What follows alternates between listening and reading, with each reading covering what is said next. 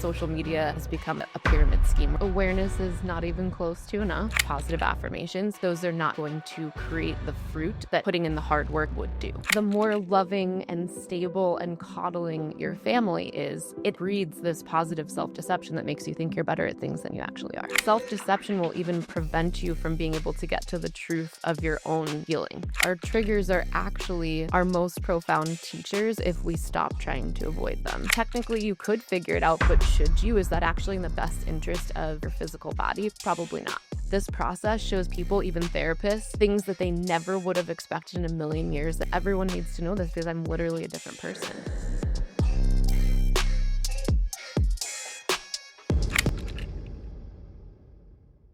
Welcome to the show, Bizzie. I'm so excited that you're here. I was just telling you before this that I'm personally fascinated and enthralled by your work and this topic, and I know my audience is going to be absolutely obsessed with this conversation. So I'm really, really excited that you're here. We love all things, brain rewiring, subconscious reprogramming. So many of the women in my audience are fascinated by mindset, hypnosis, so many of these different modalities, but I know that you have come up with something really, really revolutionary, unique. You're trailblazing in this industry. So I'm really excited to talk to you about everything that you've discovered and this line of work and your book and all the things. So welcome to the show. We're so excited that you're here. Thank you so much. I'm excited to be here too. Yay. Okay, so I kind of want to start with this idea of self-deception because I know it's a huge topic for you and what you've been talking about recently, but this idea that as the title of your book would have it, that your brain is a liar, right? Your brain is a filthy liar. I also love that title, by the way. So good. Because we're all lying to ourselves all the time, right? But there's also these trends of like lucky girl syndrome and being delusional, having to be delulu, that could be looked at as forms of self-deception, right? Absolutely. But those mindset shifts, whatever we want to call them, are also genuinely helping people create better outcomes in their life.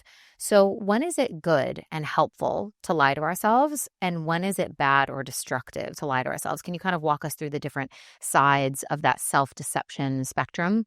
Absolutely. There is positive and negative self-deception, as you just described. The easiest way to understand positive self-deception is to think of an extreme athlete. You or I would go look at some of the feats that they would go for, and we would say, absolutely not. I'm not jumping off of that. What if my parachute doesn't open? Why would I jump off of a moving truck? But for them, they're like, yeah, send it. I got this. I can do it. So positive self-deception is when your brain actually minimizes the potential risk and it just highlights the reward. And what I have found through the work that I've done over the last 11 years is that our unique brain pattern type creates a pattern of self-deception that is unique to each person. So some people are actually more naturally inclined toward positive self-deception. And to your point, when some people believe that they can, they may actually pull it off because it does actually trigger confidence in some cases. What I have also seen as a trend throughout my work is that sometimes certain pattern types end up getting this positive self-deception where they think they're better at something than they are. And in the workplace, for example, this can cause a lot of conflict because if somebody believes they're better at something than they actually are, and then they end up getting negative feedback from a boss or from a coworker, what's going to happen? Because they're operating in positive self-deception, they're going to see themselves as a victim of somebody who is oppressing them or is trying to come for them in their job rather than being able to pause and take ownership and self-reflect and say, maybe I didn't do a good job. Maybe I did cut corners. Maybe I did need to actually prepare for this presentation longer and I did just try to pull it off last second. But certain people, depending on their childhood environment, aren't able to pause and accurately self-reflect. So this is one of the ways that even positive self-deception can actually trigger a very negative outcome. Yeah, that's a good point. I didn't think about it that way. When the delusion is actually delusion, it's like, you're not that good. And I think one of the things that potentially your audience may think of would be things like manifestation, law of attraction. So if I believe that it's going to come to me, it's therefore more likely to come to me. Technically, yes, I suppose. However, I've seen that frequently not actually be the case. And then it can lead people to feel like they're a failure or somehow they're not manifesting correctly, rather than actually looking in the mirror and saying, maybe I haven't actually acquired the skills or the expertise to pull this off. So, for that reason, I can understand some of the benefits of framing things positively and trying to give yourself positive affirmations. But in my opinion, those are not necessarily going to create the fruit that actually putting in the hard work and labor to become an expert would do.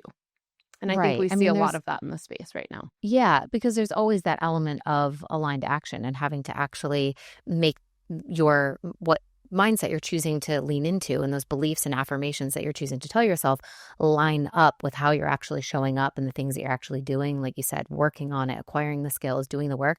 I see this so much too with, a lot of women that work with me, they're building personal brands and online businesses.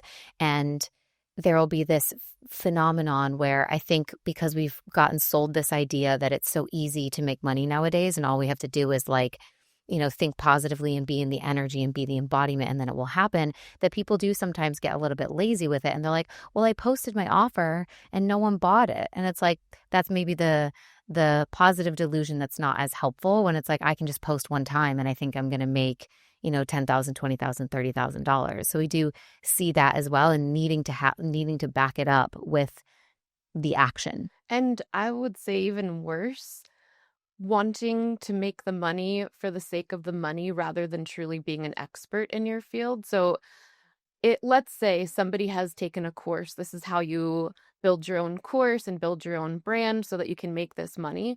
If you're going after that to make the money, you're likely going to follow the steps that somebody gave you, like a recipe, right? Like you could bake a cake, but potentially the actual expertise and the knowledge base is not in the cake. Therefore, people are going to feel a disconnect with the cake. It might look pretty, but it's essentially a facade.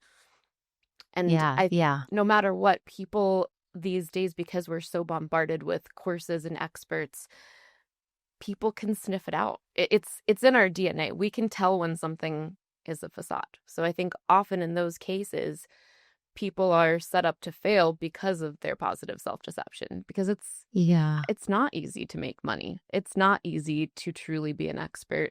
And I think many people are out there building businesses to teach you how to do this when really they've never made money doing something other than telling you how to make money. And I Right. think really ultimately social media in that way has become essentially a pyramid scheme where everyone that's telling you how to build your course and be an expert to make money has really only done that teaching you how to make money, which entices Yes. people for the wrong reasons. It's the business coach that's never built a business. Their only business is telling people how to build a business. And it's like, well, Correct. how do you tell someone to build a business if you never built a business? Exactly.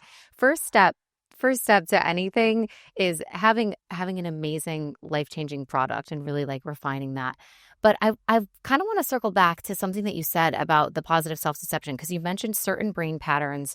Like, is that from birth that they're wired more towards the positive self-deception versus the negative, or is it learned in It's childhood? nurture. So we have tracked 9 distinct markers and attributed them into 5 brain pattern type groups.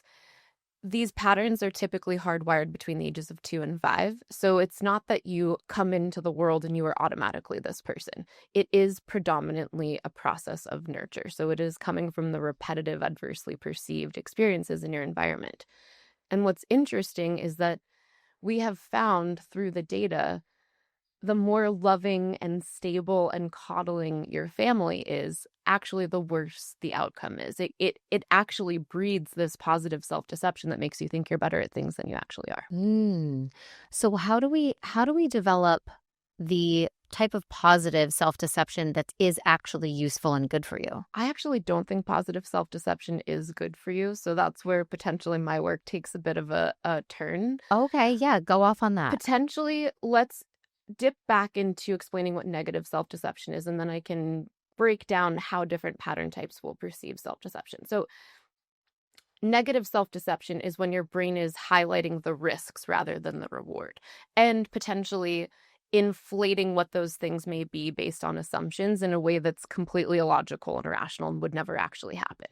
And I'm sure you've met people like this in your life before, where there are people that are always hyper vigilant. Someone is always about to die, there's always an accident about to happen, and they cannot relax. Their nervous system cannot actually be at peace and stillness. That is a type of negative self-deception. Or in a dating context, some people are frequently convinced that their partner is cheating on them when they may not be at all. Those would be all negative forms of self-deception. Ultimately, our brain pattern is going to create a set of patterns of self-deception for each one of us. Some on the left side of the spectrum, which I'll talk about, are typically more the lack of trust in others, leaning more toward the hypervigilance, how things are going to unfold situationally. And they're typically not skewing things positively, they're skewing them negatively.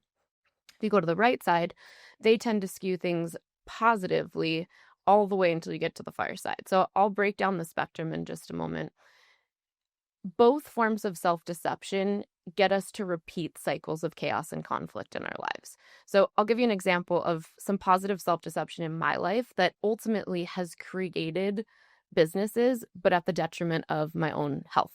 So I think that's a good example that maybe other female entrepreneurs can align themselves with.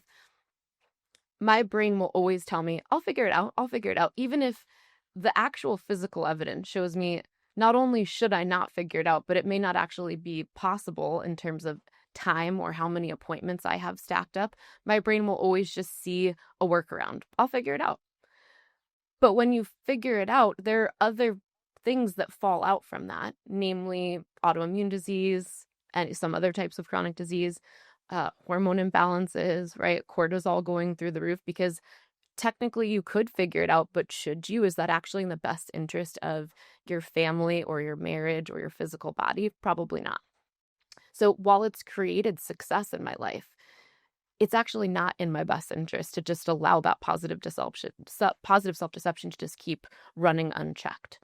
So that is something that I think is important for everyone to understand, is that there are always going to be potential positive pieces of evidence in your life that are born of that self-deception, but that doesn't mean that we should just let it keep running unchecked, because many of us, especially in our business lives, our self-deception patterns may have created really strong work ethic or that sense that we can always figure it out, but those same things are going to potentially damage our relationships. So I like to look at things much more holistically, because something that is an asset in one area might be a detriment in another area if we're not willing to look at the pattern. But that's why I think it's hard for, well, I imagine, and this for myself too, like it's hard to break those things because like you said, yes, it could lead you to burnout, but it's also creating a lot of results, or it's also, landing you jobs or contracts or whatever, like the exact brain pattern that's creating disconnection in your relationships or taking away from your time with your kids or leading you down a road of burnout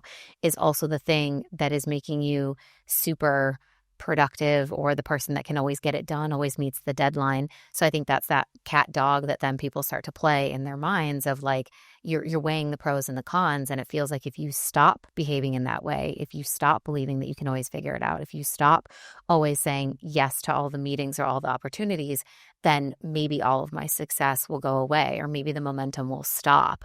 So yeah, I can see how that's challenging to really like reconcile and choose a new way. You can rewire the system without losing the benefits. And that's something that I work with clients on pretty frequently, because I do work with a lot of CEOs and kind of more that top 10% income earners. And they don't want to stop doing the things that are producing success, but they want to fix the things that are damaging their relationship. So the reality is, we have to, using this example of I'll figure it out, I now have to be able to check myself and look at have a moment of pause to look at all of my priorities. And instead of just automatically saying yes or automatically saying I'll figure it out, I have to look at all of the other things that I have to weigh in that moment, and I have to make decisions that are based in the moment rather than my pattern. And when we do effectively rewire, we stop saying yes automatically and we stop allowing our self-deception to become an automatic response.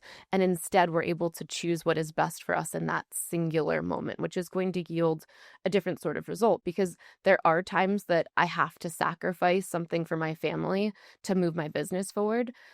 But that doesn't mean that I have to do that every single time without thinking about it. So I'm on my book tour right now. I've had to be away from home quite a bit more than usual.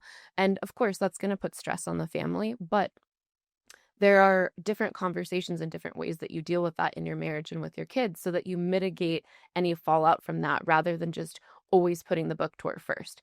There were a couple opportunities that I got that were right around my daughter's 15th birthday, and that's a perfect example. Could I go? Should I go? Did my publicist potentially want me to go? Of course, but it's my daughter's birthday. So I had to learn, thankfully, years ago, that there are certain things that you have to say no to, and that's okay. If that opportunity comes back again, great. If not, I'd rather pour into my daughter for her birthday.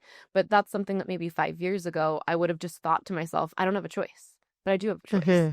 So ultimately, when we rewire positive self-deception, we realize that we do actually have a choice and we're able to choose in that moment rather than just respond automatically, which is what most of us do all the time. Yeah, kind of getting out of that autopilot and getting more into the intentionality of really understanding when you say no to something, you're saying yes to something else. When you say no to the opportunity for whatever that book meeting was, you say yes to your daughter's birthday, and vice versa, right? When you're saying yes to something, always saying yes to all the meetings, all the things, you're also saying no to connection time or free time or whatever it is.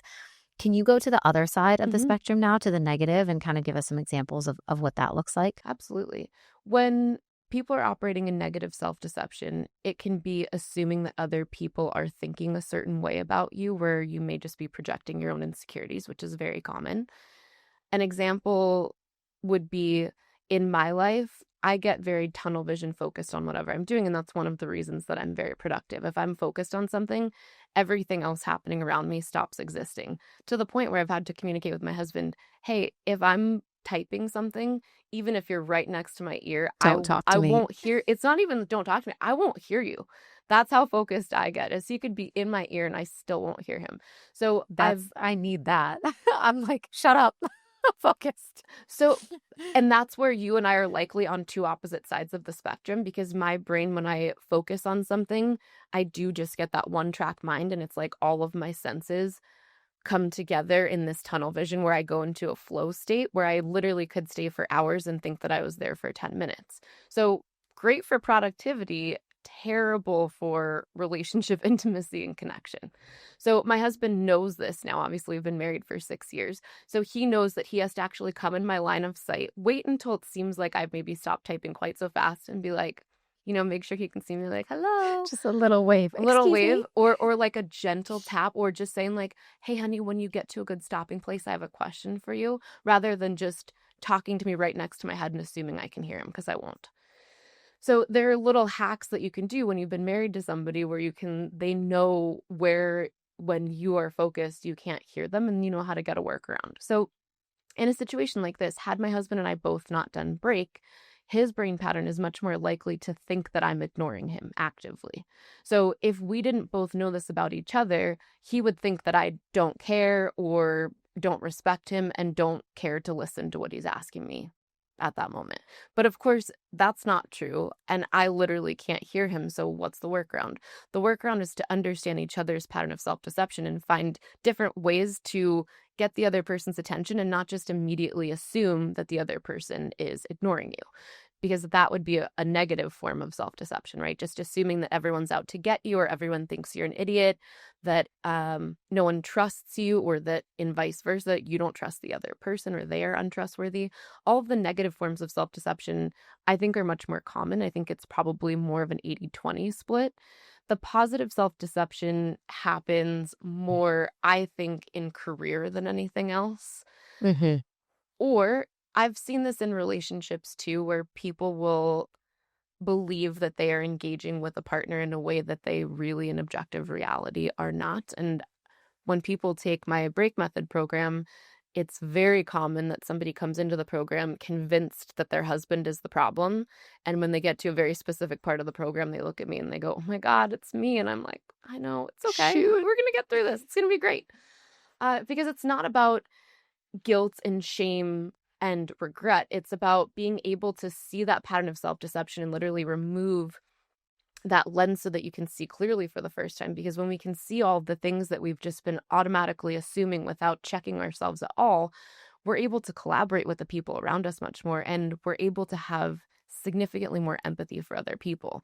Instead of now my husband deciding I don't care about what he's saying and I'm ignoring him, he actually has empathy for me because he sees that that's, while it's a benefit in a lot of ways, it's a detriment in a lot of parts of my life. So instead of taking it personally, we work with each other and he doesn't read into it. So there's a lot of collaboration and empathy that can come on the other side of being willing to see how your brain automatically assumes either negatively or positively, because then you get to be Yeah. living in the real world. Yeah. Yeah.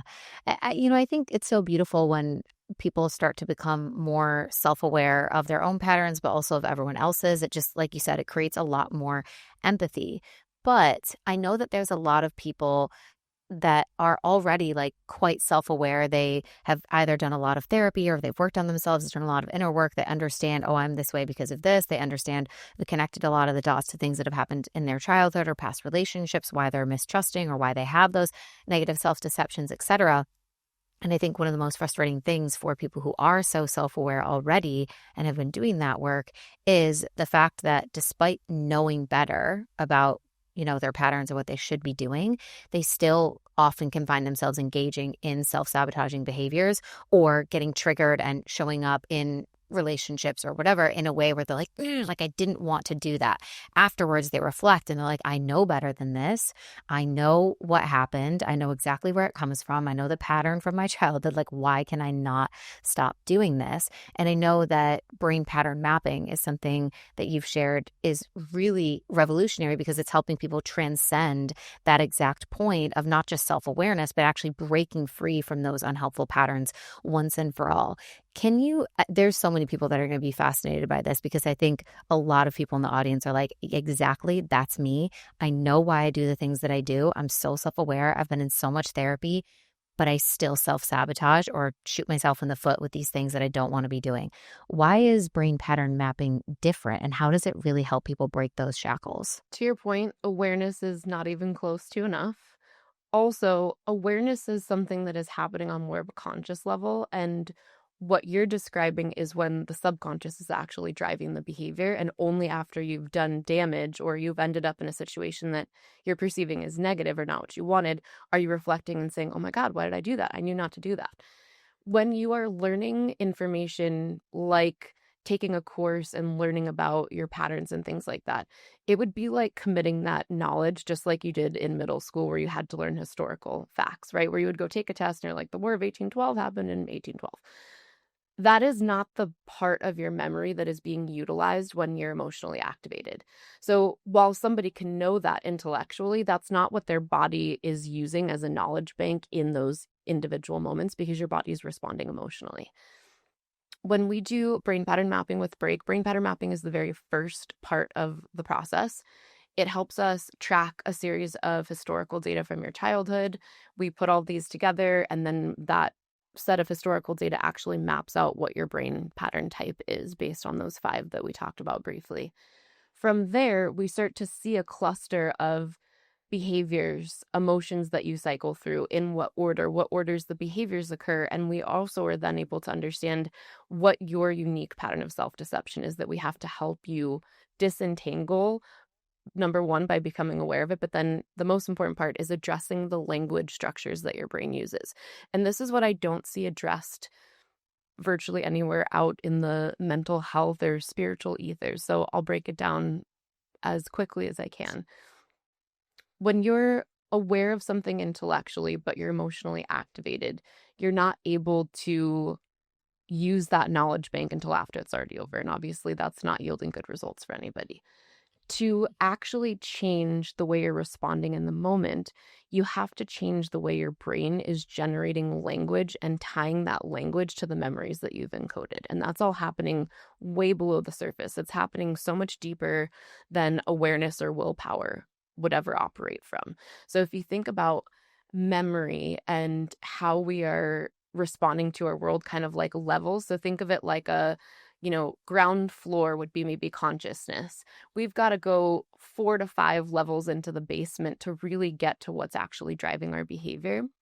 And what I have found more often than not is even people that have done so much work and they've been in therapy for a long time, they're convinced that they could give us a list of the reasons that they are the way they are. And we have found time and time again, those are red herrings and they are not actually at all the reasons that they are what they are.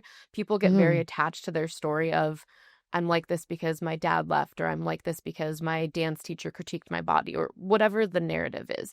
And we have found repeatedly that those are not actually the inputs that create the outputs that most of us are struggling with today.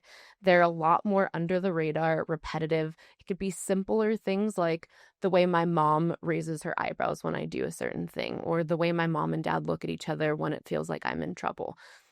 They're very rarely the big crescendo events. They're things that happen over and over again at a low level all day long.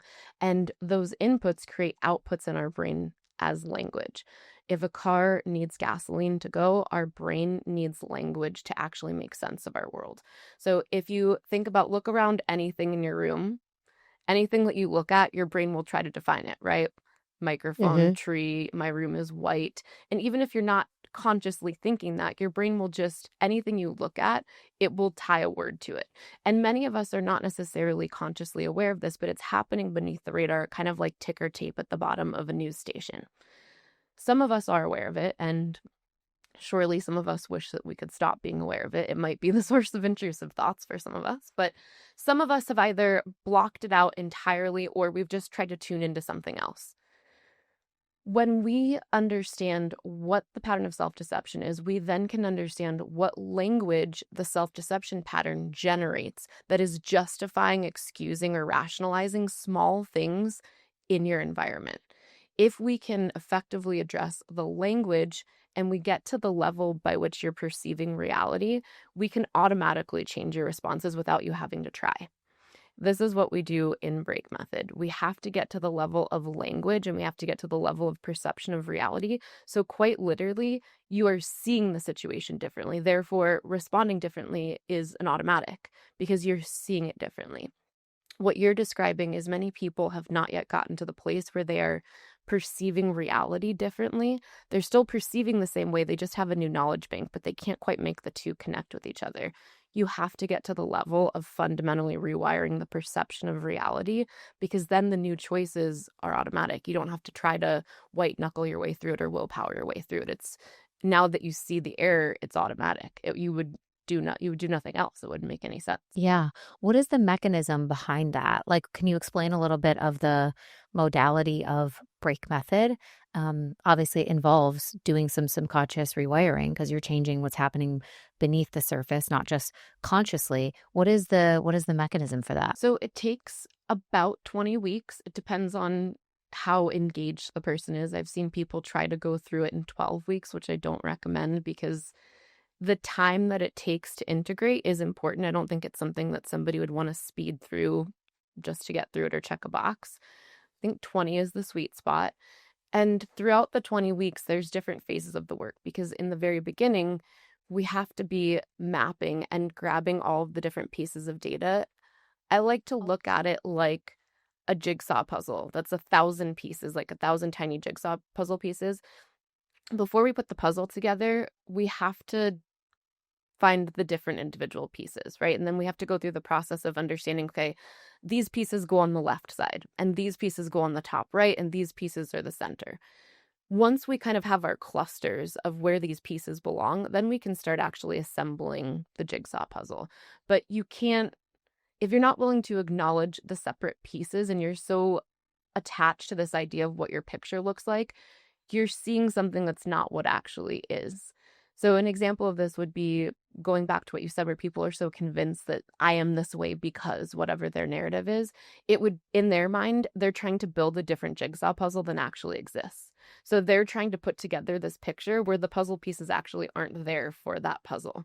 Does that making sense? Yeah. Okay. Yeah. So instead of deciding this is what my puzzle looks like and now trying to find the pieces, which technically is what happens in most traditional therapy containers, we have people so distracted and siloed that they can't lie to themselves and then can't try to cheat the system. And this is very important because self-deception will even prevent you from being able to get to the truth of your own healing. And I've seen this happen time and time again by way of this red herring. Well, no, I'm this way because, or I'm this person because that's what my therapist said. And it's like, that might be true. Why don't we move that over to the side and go through this process and see what the process shows you? Because time and time again, I've seen that this process shows people, even therapists, things that they never would have expected in a million years that actually have the password to release them from years of trauma and chaos and poor relationships and intrusive thoughts.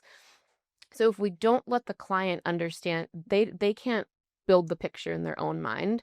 We have them looking left, looking right, looking left. They can't try to outsmart the system. They can't let their own bias influence what they're putting into the work. Then, when we've gotten all this information extracted and they can't cheat the system, we show them how to pull all these pieces together, not knowing what this piece was or how this piece connects to this piece. When they pull it all together, typically this is where they have this profound aha moment. They're like, oh my God, I see it. I can't unsee it. A great example of this would be borderline personality disorder. We work with borderline all the time in Break Method. This has been one of the personality disorders that is most challenging to treat in traditional mental health because the self-deception is so profound. And when faced with evidence of their behavior, they tend to split and they deny that any of those things are true. Because of the way we do it in Break Method, where these different extraction processes are siloed and you can't kind of create or infuse your own narrative into it, they accidentally tell the truth in these small little pieces. And when you teach them to put it together, no one told them to write those. They came from themselves. But when they put it all together, they see it for the first time. They're like, holy shit, I have borderline. And I'm like, it's going to be okay. We're going to get through it. I've seen people get to the other side of this a million times. It's going to be great. So the process of extraction needs to be something that the client can't influence because this pattern does not want to be broken. That is the key here, is that the pattern believes it's keeping you safe. So it doesn't want to let it go. So you have to outsmart it and put the data extraction process into these silos that the client can't actually negatively influence the unfolding of events, which frankly in therapy, I train therapists all the time in my modality. That is one of the things that stalls therapy the most, is as soon as you get around an area that actually is a high value target, the client's triggered or they don't want to talk about it right now or they start yawning. If it's too obvious where you're going, the self-deception pattern can really step forward to the microphone and completely block the healing process. So Break Method finds all these workarounds to help the client extract these truths that are deeply held in their system, not coming from me. I'm not telling you what it is. I'm helping you pull them out so that you can put this jigsaw puzzle together. And throughout that process, we now know the language, the trigger, how the trigger and the language works with this person. And we know how to effectively address that underlying language that your brain is generating. To really understand what that process is like, I use an example that I call the tale of two lawyers. And if you want me to break it down a little bit, I can, because it helps. The language thing, I think, can be a little bit intangible for people, and I'm happy to go into that I a was bit just more. going to say this is so fascinating. I'm loving this. Okay, tell us about the tale of two lawyers. Is that what it's called? Tale of two lawyers. So Okay. when our brain pattern is active, it would at any given time be like having two lawyers in a courtroom, a prosecutor and a defense attorney.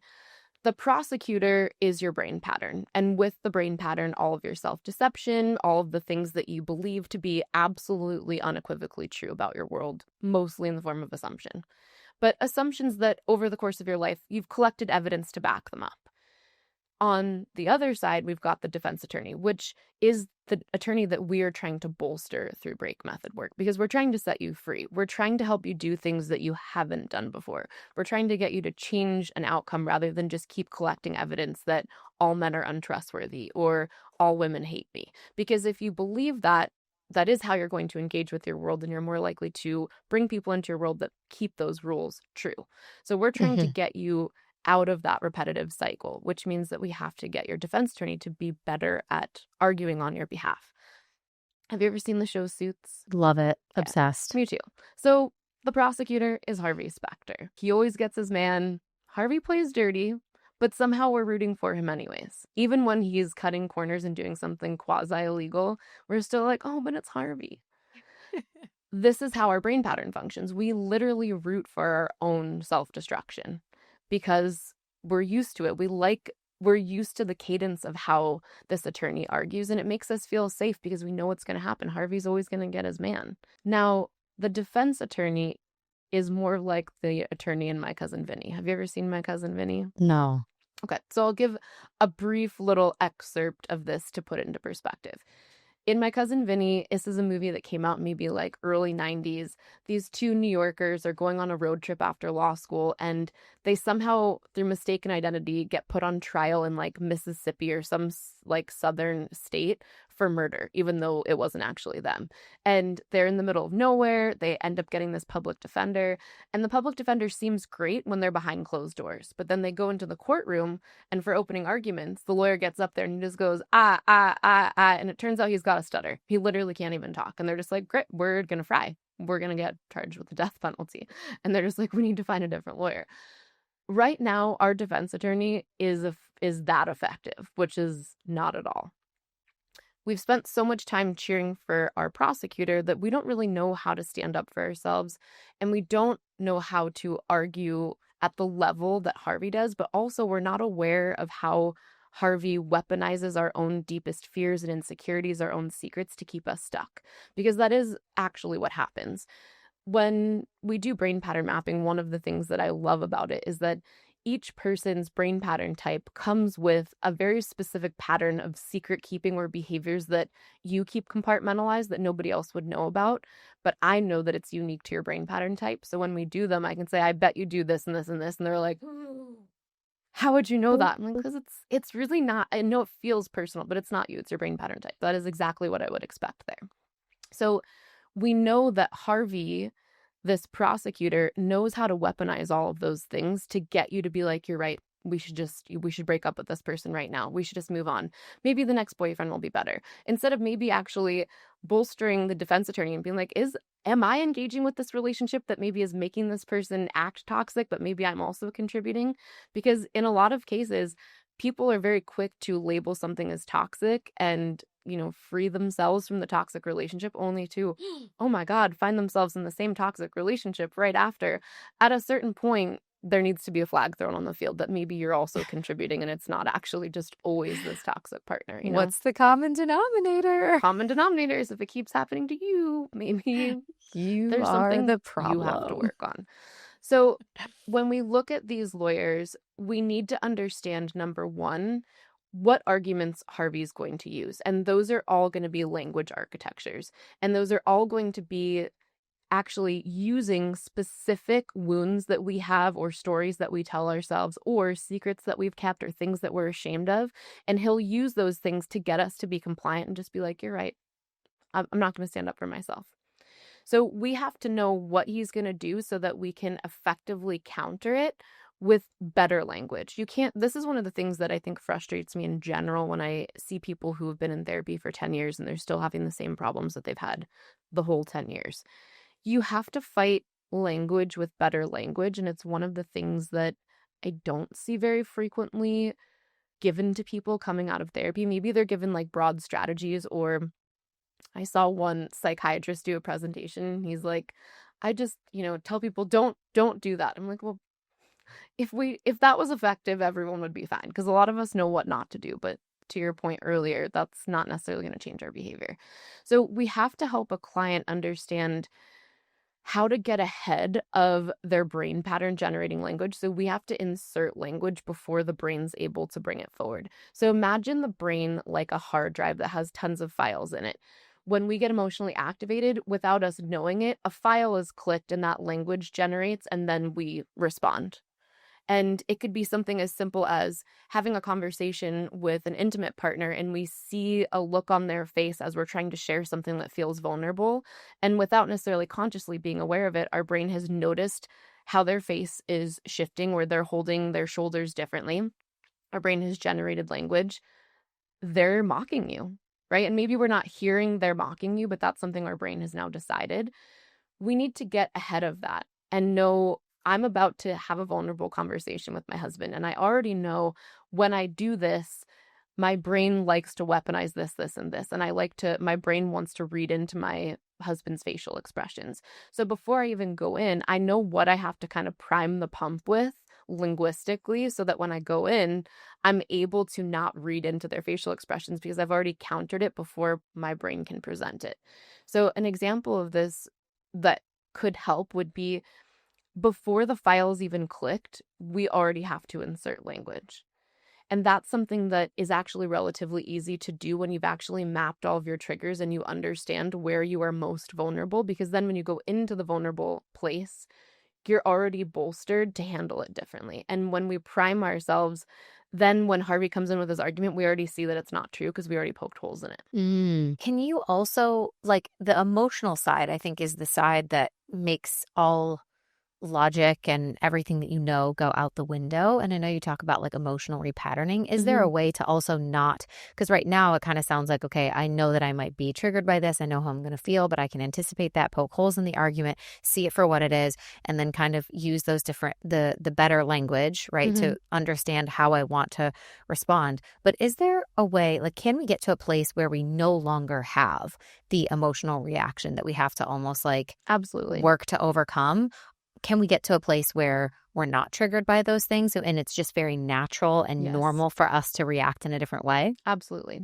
Over the course of the 20 weeks that you would be in break method, there are different phases of this work. So think about it like we're putting certain tools in your toolkit and then we're kind of sending you out into the field. Okay, report back once you've used those things. There are certain tools that work at different phases, right up until you don't have to use tools anymore. You've just changed. Like your paradigm has actually changed so much that now you don't have to try. You don't have to try to insert language because now your brain pattern has actually shifted and now you're seeing things differently. So you don't have to reach for something. When we're talking about emotional repatterning, we're talking about actually disrupting an emotional response with a set of logical questions so that you can actually engage your intuition. And this is something that people tend to conflate with instinct. And it's very important that people understand how different instinct and intuition are. Because very frequently I'll hear people say, oh, well, I just intuitively, I knew not to do that. Intuition actually doesn't come before the emotional response. You have to be able to weather through the emotional response to allow intuition to come forward, because typically our intuition is going to counter our brain pattern. It's typically going to lead us to things that are outside of our comfort zone and not what feels comfortable. And our instinct typically is what will actually keep us stuck in that same repetitive loop. In order to make intuition available to us, we have to be able to interrupt that emotional response. When we are doing the work and break method, we are understanding what triggers us into our emotional response. And we're also learning how frequently we're actually in that cycle, because a lot of us are only aware of it when we're in these like kind of really big blowout conflicts, but the reality is we're in that all day long and we're looping around it all day long in more of what I would call a micro cycle. And actually those things are more likely to do long-term damage than the big things. I've taught this work with incarcerated populations, and one of the first things that I ask them is, take a piece of paper, tell me why you're here. Most people will write down what their charges were. DUI, a drug charge. They're not there in prison because of that one time they got busted. They're there Right. because of how they perceive reality minute to minute and make these small decisions that all over time aggregate into a life of chaos. So when we're looking at how our emotions are going to drive our behavior and start to create these bigger problems in our life, we have to understand the minute to minute, day to day emotions and learn how to rewire those, which is going to be a byproduct of understanding, obviously, the triggers, but also what the emotional addiction cycle is and exactly what questions start to interrupt it. What I have found is that when we start with very specific, we call them Eli questions for very specific trigger sets, we might give a client 8 questions. And we tell them to stop with the questions when they feel something physically shift in their body. So as soon as the emotional response has actually been disabled, we have them stop. And then typically they're able to actually engage with their world with more of an intuitive presence. Maybe when someone's first going through it, they get to question 6 and then they stop. Maybe the next week they get to question 4. What we have found time and time again is once you've done this enough times, you literally think the first word of the first question, you already start laughing on yourself and you're like, this is a wrap. We're good. I don't ever have to do this again. So we see people who previously in therapy we're repeating the same things and we're frustrated and we're getting passed from one therapist to another therapist, this medication to that medication, thinking that they were completely a hopeless case, completely turned the corner in 2.5 months to the point where they're laughing at me like, literally, why doesn't everybody know this? It feels like everybody should know this. This should be taught in school. And frankly, I agree because it's not magic, but the way that we structure Eli questions is completely different than what else is out there. And it's because we already anticipate where your brain is going to go and in what pattern it's going to try to keep distorting the narrative, so that with a very elegantly worded specific question for you, it's like something snaps you out of it and you're like, oh my God, why would I ever do that to myself? And then the person comes back and they don't have to deal with it again.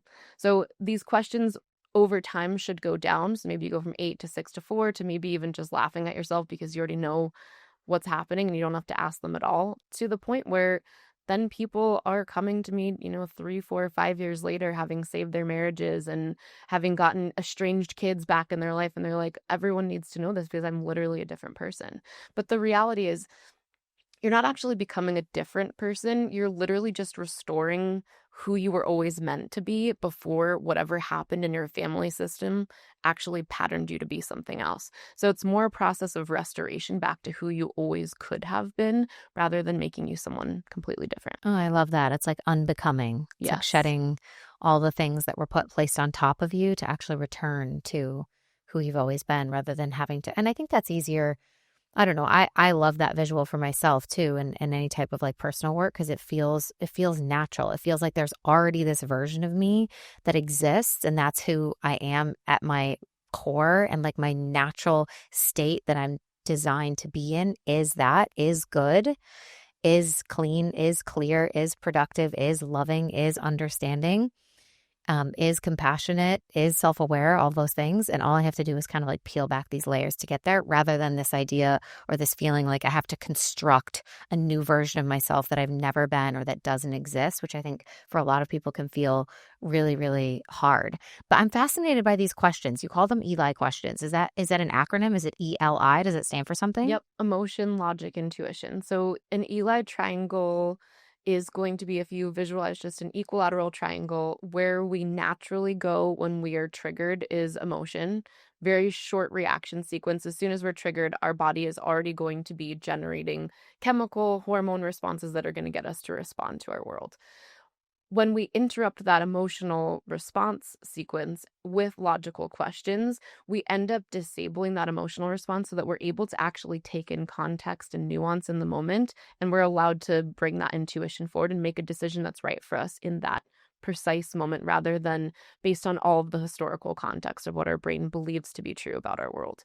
Because when we respond with all of the historical context, we're much more likely to repeat what's happened to ourselves in the past. Yeah. Yeah. Okay. Can you go off a little bit more on intuition? Because I know there'll be so many people fascinated to hear your kind of take on it. You mentioned a little bit the difference between instinct and intuition, which I loved because I feel that so deeply within myself. But from your lens, obviously through the work that you do and kind of a neuroscience-y lens, how do we access intuition? What does it feel like? How long does it take to arrive or drop in when we're in a situation? Can you just talk about intuition a little bit more? I think people naturally align intuition with psychic skills, which I think is wrong, right? People were like, oh, I'm an intuitive. We're not talking here like all of a sudden I'm going to give you logical questions and you're going to be able to, read someone's Akashic records. That's not what we're talking about here. Intuition is a state where we're able to transcend time, space. We're able to bring in energy. So an example would be, let's say you and I are having coffee and something you do triggers me. if I know what I'm doing with Eli, I'm going to be able to get myself more into syncing with your energy. And instead of thinking about what I'm triggered about, that something you did reminded me of somebody else, I'm going to be able to actually sync my field with yours and actually feel into, no, where is she at right now? Because this sounds like a me problem and not her. So I'm able to actually pay attention to you in this exact moment in time space rather than any preconceived notion or assumption that I've brought into the mix before I got to coffee. When we're talking about intuition, these are the things that are knowledge from not necessarily our knowledge bank of what we've accrued over time, but things that we just know right now. And for some people, sure, that could be things that are leaning more toward the psychic intuition, but for others it would be more just that internal knowing. I can't explain why.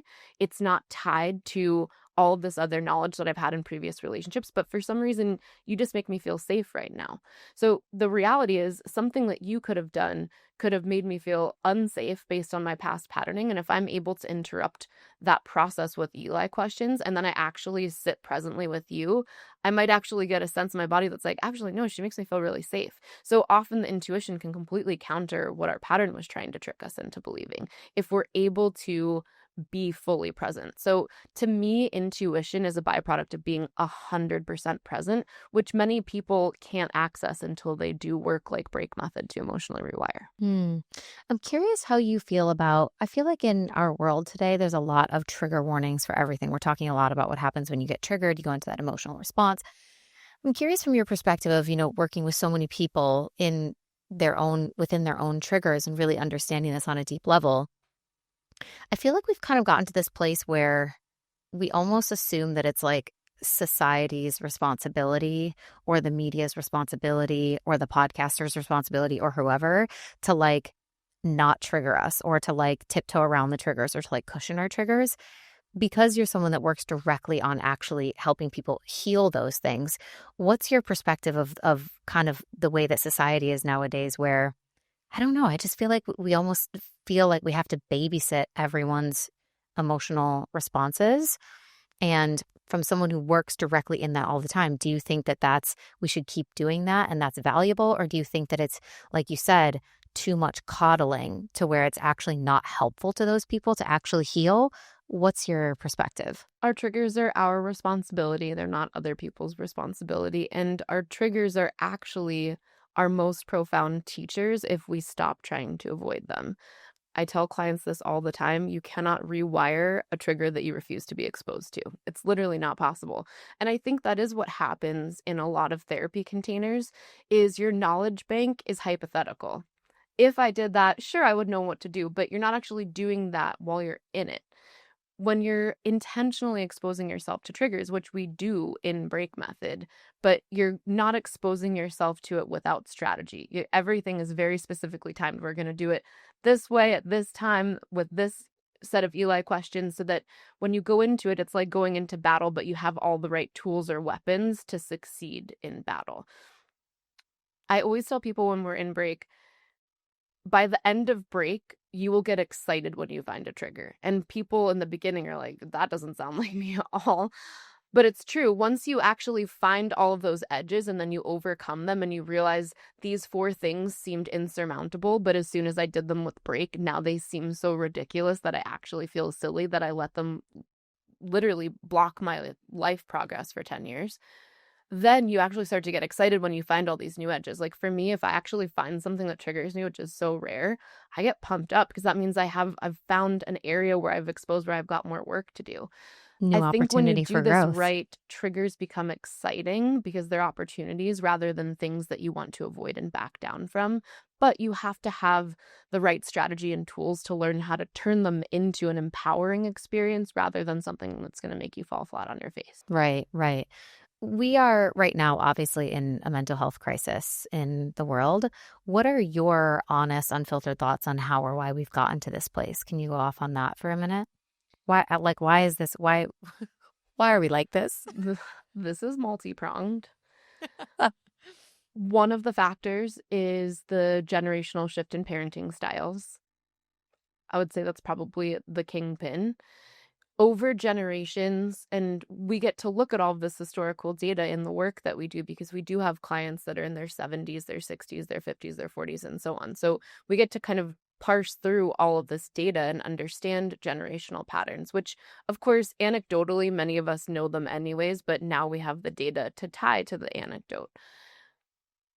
Back in, let's say, when we have a client that's in their 60s and 70s, the environment was just tougher. It was more of a fend for yourself, not coddling. Often people had many children, so you were like one of 10 or one of 13 kids.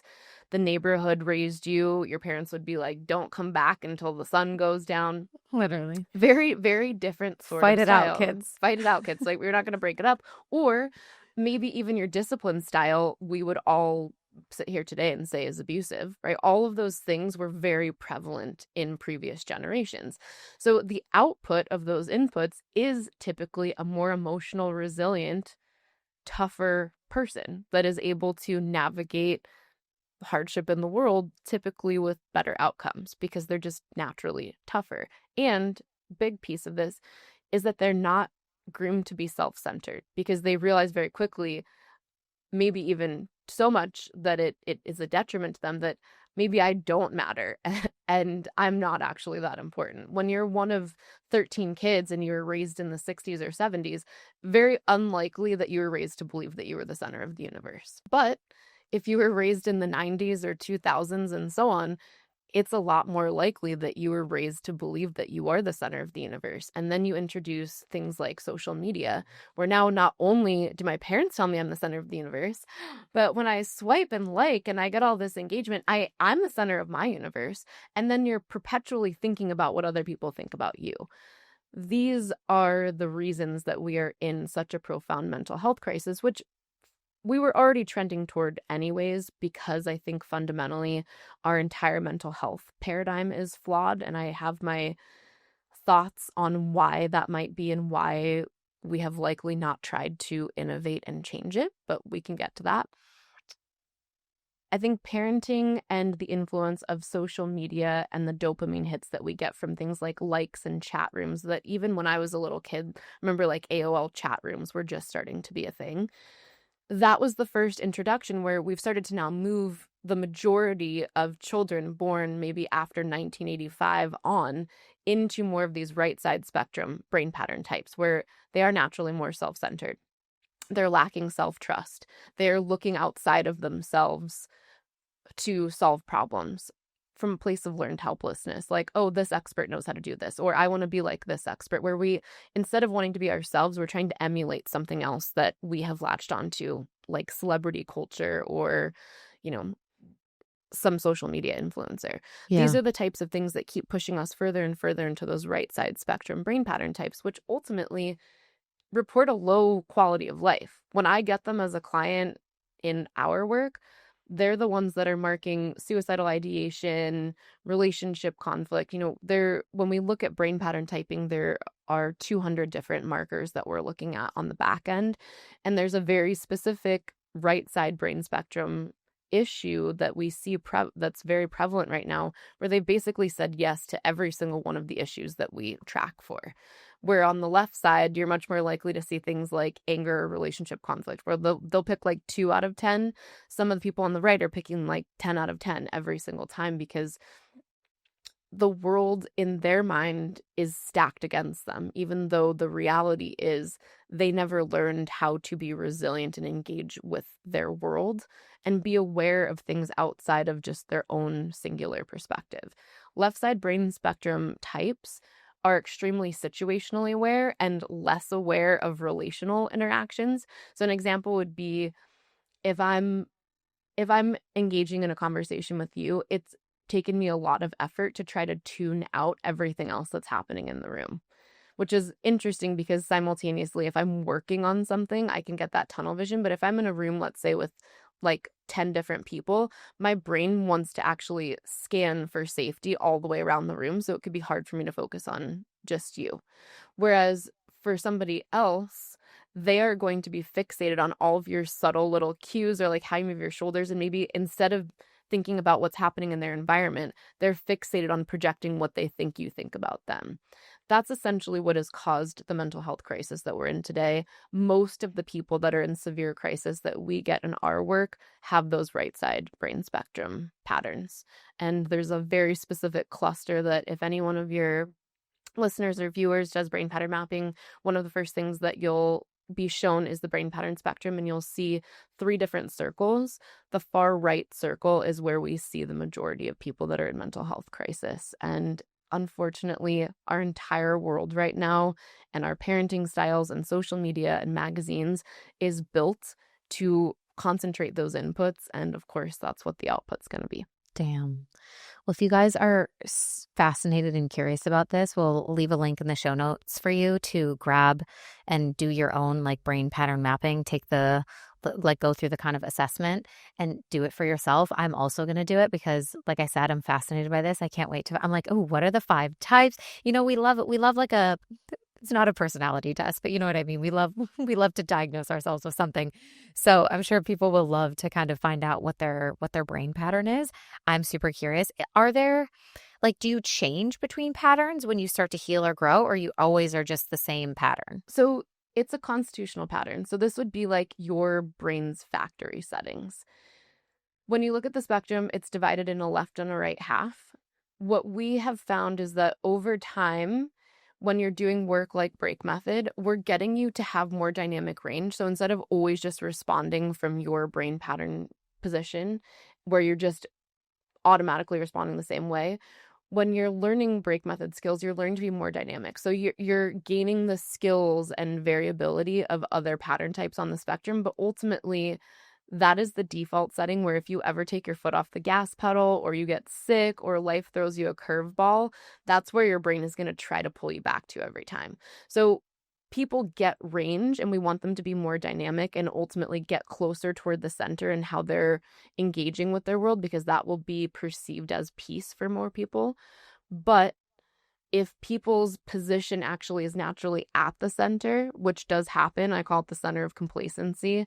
When people's brain pattern position is actually in that center circle, we're actually trying to teach them how to take more calculated risk and actually be more dynamic on the outsides of the spectrum. So it's less like there's one place on the spectrum where we all want to be, and more that we're trying to help people learn how to have dynamic range so that they're not responding to everything one way, and they know how to adapt and pivot. And you need to hear me this way, and for me to be able to do well in this environment, I have to be able to show up this way. That's when we're able to be successful, because different people need different things from us, and we get to be a one-trick pony in a lot of ways, and we just decide people don't like us, where maybe there was a different way you could have spoken to that person that actually would have helped them understand your message. And this happens a lot on social media, where it's like if you try to pivot at all of a sudden you start losing your followers. It's just a good example of how we can just kind of get stuck in this rut, and we ideally want to be able to not be in a rut at all. We want to be able to adapt for different audiences. Like, I shouldn't only be able to talk to people in my niche, right? And these are the types of things that ultimately in social media world do perpetuate this problem too. It's like, what's your niche? How do you talk to your niche? And then all of a sudden you have one post that's maybe like a different facet of yourself and it bombs, and people are like, no, just do that. Stick to your niche. We need to, I think, get ourselves to a place where we're able to just be more dynamic and fluid, because I think really human beings are meant to be more that way, and we see more success when we can be dynamic and fluid. Yeah. And that's like, we all are, you know, people always talk about like, oh, I'm so multifaceted. I'm like, I've yet to meet a person who's not multifaceted. I don't know. I think we're all very multifaceted. But the last thing that I want to ask you about, because it kind of makes me think of, you know, we've talked a little bit about social media and how that contributes to where we are in the world, but obviously a buzzword with that is authenticity. And can you talk to me about our distorted concept of kind of having an authentic personality and why society wants us to accept the worst qualities and behaviors instead of really being incentivized to heal them? Many people think that their brain pattern type is their authentic personality. And because of where we've gotten in terms of our social media sphere, our mental health crisis, I think there's been this push to just like radically accept yourself, and that those aren't flaws, they're just who you are. I think all of these things at a more sinister level are meant to keep us stuck in our wounds, because ultimately trying to get somebody to just accept and then even put up on a pedestal our worst behaviors and then claim them as authentic is antagonistic to our survival as a human collective, I think. Ultimately, we want to be able to become aware of things that may actually be generating negative outcomes. And instead of radically own them, we want to be incentivized, I think, to heal them and to become more regulated. When people use things like, well, we're just like this in my family, or an example would be, I was raised Jewish in New York City. It's very common to be like, oh, we're just like this. We're just New York City Jews. That's not necessarily true, right? Is it true that many people in my family may behave similarly in ABC ways? Of course.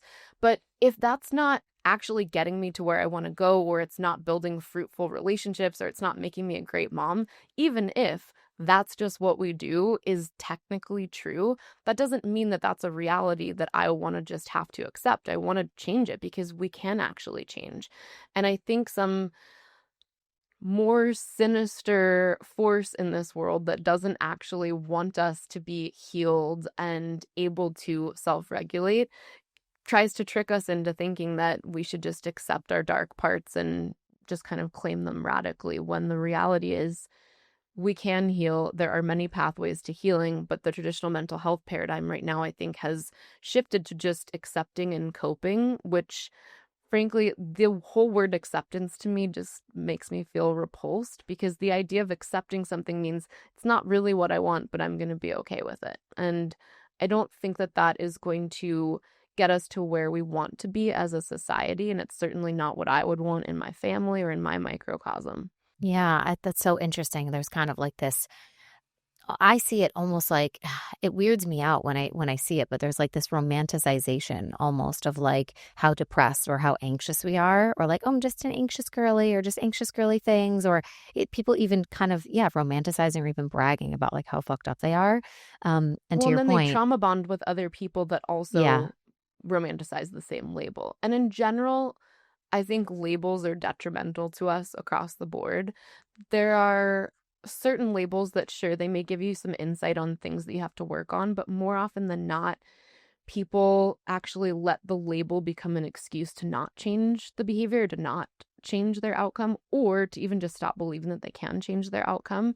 And to this exact point, I think genetics actually is a similar sort of problem, because now everything is, oh, it's genetic, I can't do anything about it, which I don't think is true either. There's so much evidence that supports that even if we're genetically predisposed to something, if we are able to, through something like break method, change our behavior, we're actually able to change how our genetics are expressed. So instead of just buying into this narrative that this is all genetic and there's nothing I can do about it, I think these are all similar traps as accepting, coping. This is just my authentic self. It's just my genetics. All of these things are ultimately puppet masters. I'm not going to go on the show and say where I think it's coming from, though I certainly have some ideas. I think there's like these puppet masters that just do not want us to be healed and well, because when we're healed and well, a lot of things in our world will naturally shift and people will become more aware of what's really going on in the world. And we're so distracted as a human collective with what's going on in the news and like war in Israel, and we're all this, everyone's on all these opposite sides of things. These are all to me just distractions away from figuring out, like, what are we really capable of as humans? Do we need an AI upgrade, or have we actually willfully ignored exploring through research our own spiritual technology? These are the questions that I ponder at night, which I think things like big pharma, big academia are all ultimately a string of the puppet master, but they are not the puppet master. There's something that doesn't want us healed and whole, and I do. So I'm willing to spend my career antagonizing whatever that structure is, because I'm not willing to ascribe my destiny to that. I know that we're capable of more. I've seen people overcome years of mental health struggle where every other therapist or psychiatrist told them that they just had to cope with it forever, and it's just not true. I have goosebumps because I feel that so deeply in my soul too. And this is like so incredible. And the work that you're doing is fascinating. I'm really excited for people to be able to read your book too, because that's like such an amazing way to be able to get inside of your brain and all the research and all the work that you've been doing. So can you tell us where we can find the book, Your Brain is a Filthy Liar? You can get on my pre-launch list on my website at buzziegold.com. It's just on the very top navigation bar. The book officially comes out May 20th, and I'll be posting more information about pre-launch things.